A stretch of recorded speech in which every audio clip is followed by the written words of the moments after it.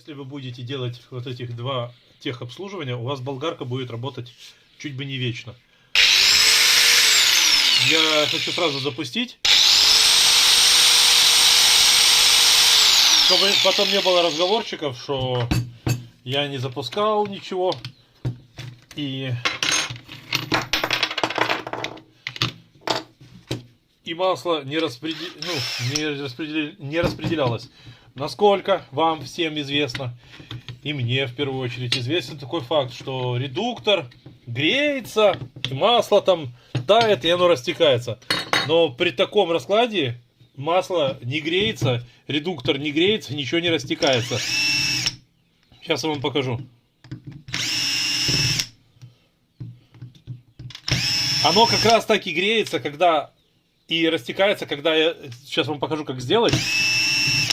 Масло нагревается, и оно-то как раз будет растекаться. Так-то ничего нигде не растекается. Вообще. Вот это только что сюда чуть-чуть масло попало из-за вакуума, оно сюда ляпнуло, все. А так оно сухое.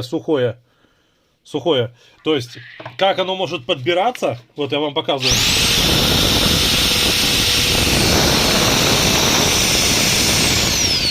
Редуктор не греется, зубы будут слизываться.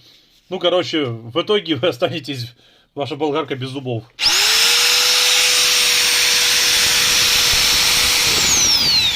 Вот оно в таком состоянии вот находится, что вот посмотрите. Как такое может вообще растекаться? Вот как? Как оно, блин, может растекаться? Все утоплено. То самое не хочу. И как оно может растекаться? Оно никак не может растекаться. Масло даже в автомобиле немного греется, когда вы ездите. Открою тайну. В редукторе масло должно греться. Но когда его слишком много, это тоже плохо. Вы создаете личное давление и будет перегрев. Понимаете? И поэтому, вот что я вам скажу. Сейчас я вам покажу методику, по которой работаю я. Покажу вам, значит, какое масло я заливаю, как. И его можно вообще самому приготовить, так дешевле будет, и экономнее, и выгодней. И это будет намного, как бы, эффективней. Редуктор выходит у вас из строя. И все, болгарку уже можно на помойку. Вот я сейчас лишнее отсюда заберу. Вот это я уже забирал с других инструментов. Литол. Нифига он не тает. Когда болгаркой работал час, я даже видео снял на канале вся. Я могу вам показать это. У меня на канале уже есть, вы можете посмотреть. Час работаешь инструментом, ничего не растекается. Сухо, как было, так и осталось. Да, можно вот это, то, что находится внутри, тот же литол, солидол, размешивать с моторным маслом. Я сейчас покажу вам на примере, как это будет.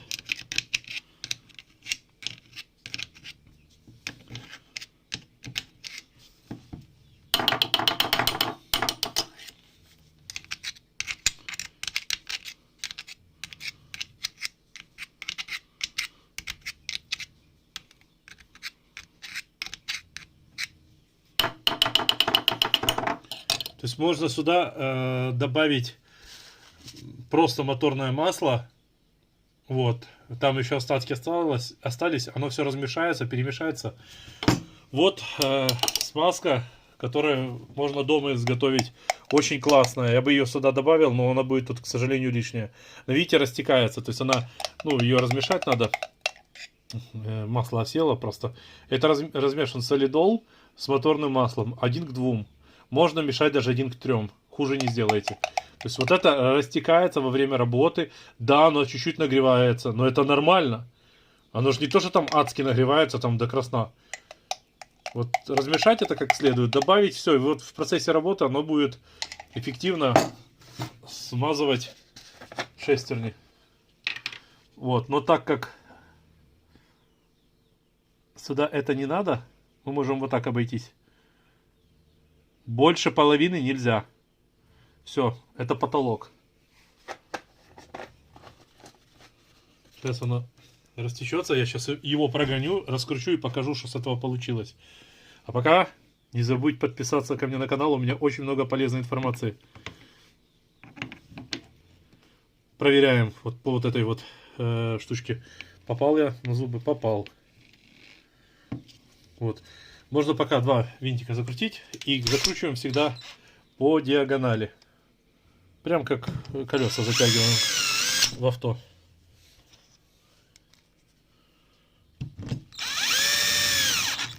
Так, болгарка у вас в 10 раз дольше проработает. И я вам еще один потом пунктик покажу.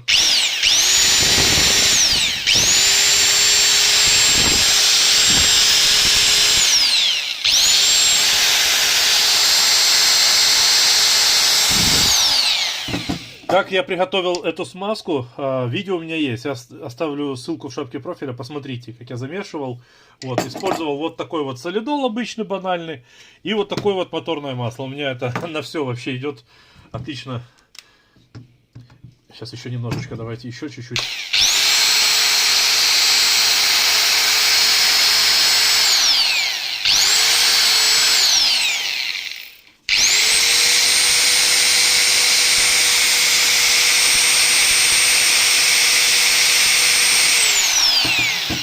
Уже можно раскручивать, смотреть.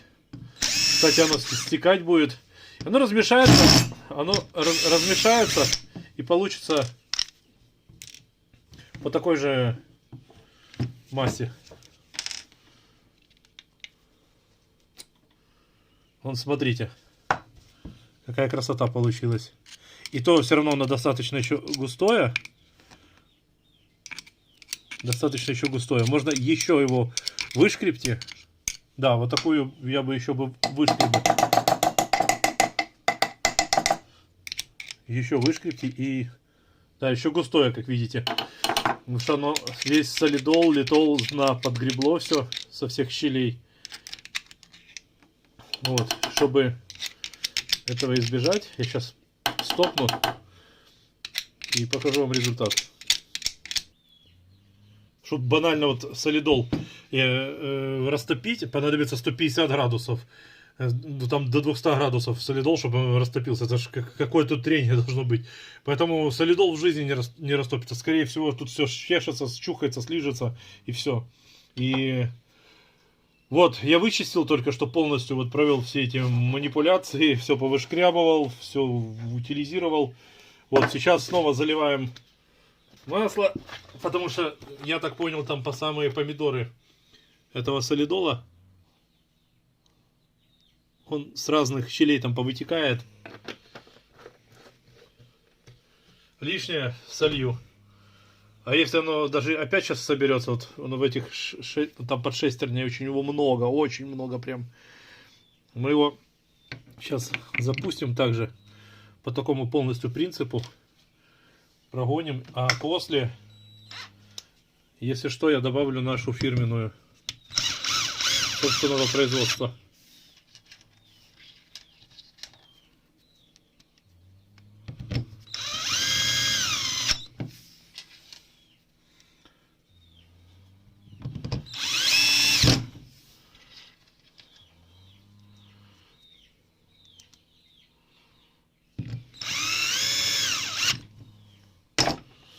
Так, ну что, запуск первый.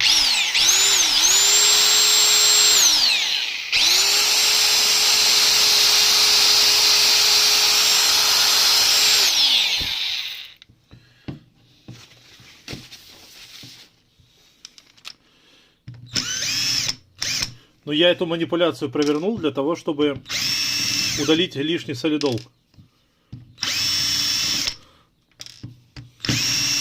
Если что, я это солью. Такая жижа прям не нужна здесь.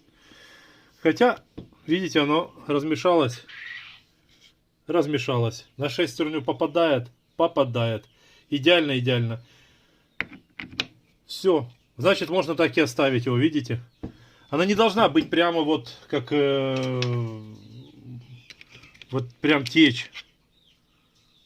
Вот видите? Вот получилось приблизительно то, что я и хотел. Все, оно будет попадать на весь механизм. То есть это абсолютно идеальная смазка получилась, друзья. Результат труда. Шестерни все смазываются, все зубцы, все будет идеально работать. Так, наберитесь терпения. Я сейчас вам второй пункт покажу. Ну, вообще, по факту их 3, но третье, чтобы показать, это надо полностью ее разобрать, потому что это уже в следующем ролике, так как вы просите, чтобы я делал их максимально короткими. Ну, как получается.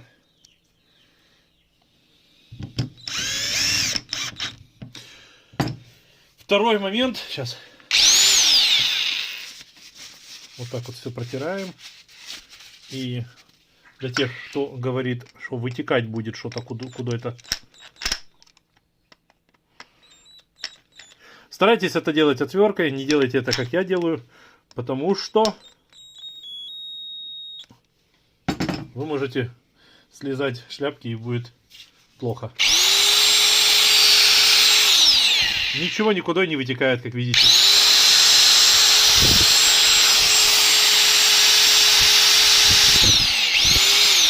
Звук вполне себе нормальный.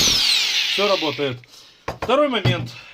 Если вы будете делать еще и это, ваша болгарка просто будет работать вечно. Второй момент — это щетки менять. Блин, ну, в конце концов, сегодня щетки стало так просто менять. Вот сбоку открутили, все. Поменяли вот эти щетки. Тут еще видно, что они чуть-чуть поработают. И, ну, половинка. И все. И, ну, замена нужна. Берете до половины, вот так где-то добиваете.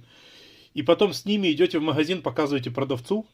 И вам подбирают подобную модель. И вы уже потом приходите их и назад ставите. Тут все можно делать самому. Чтобы не бегать, лишнюю копейку не тратить. Ведь они так нелегко нам даются.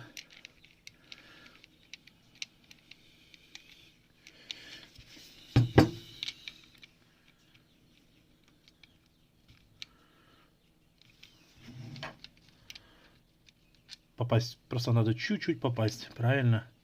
Все, пошло. Все, сейчас оно закрутится.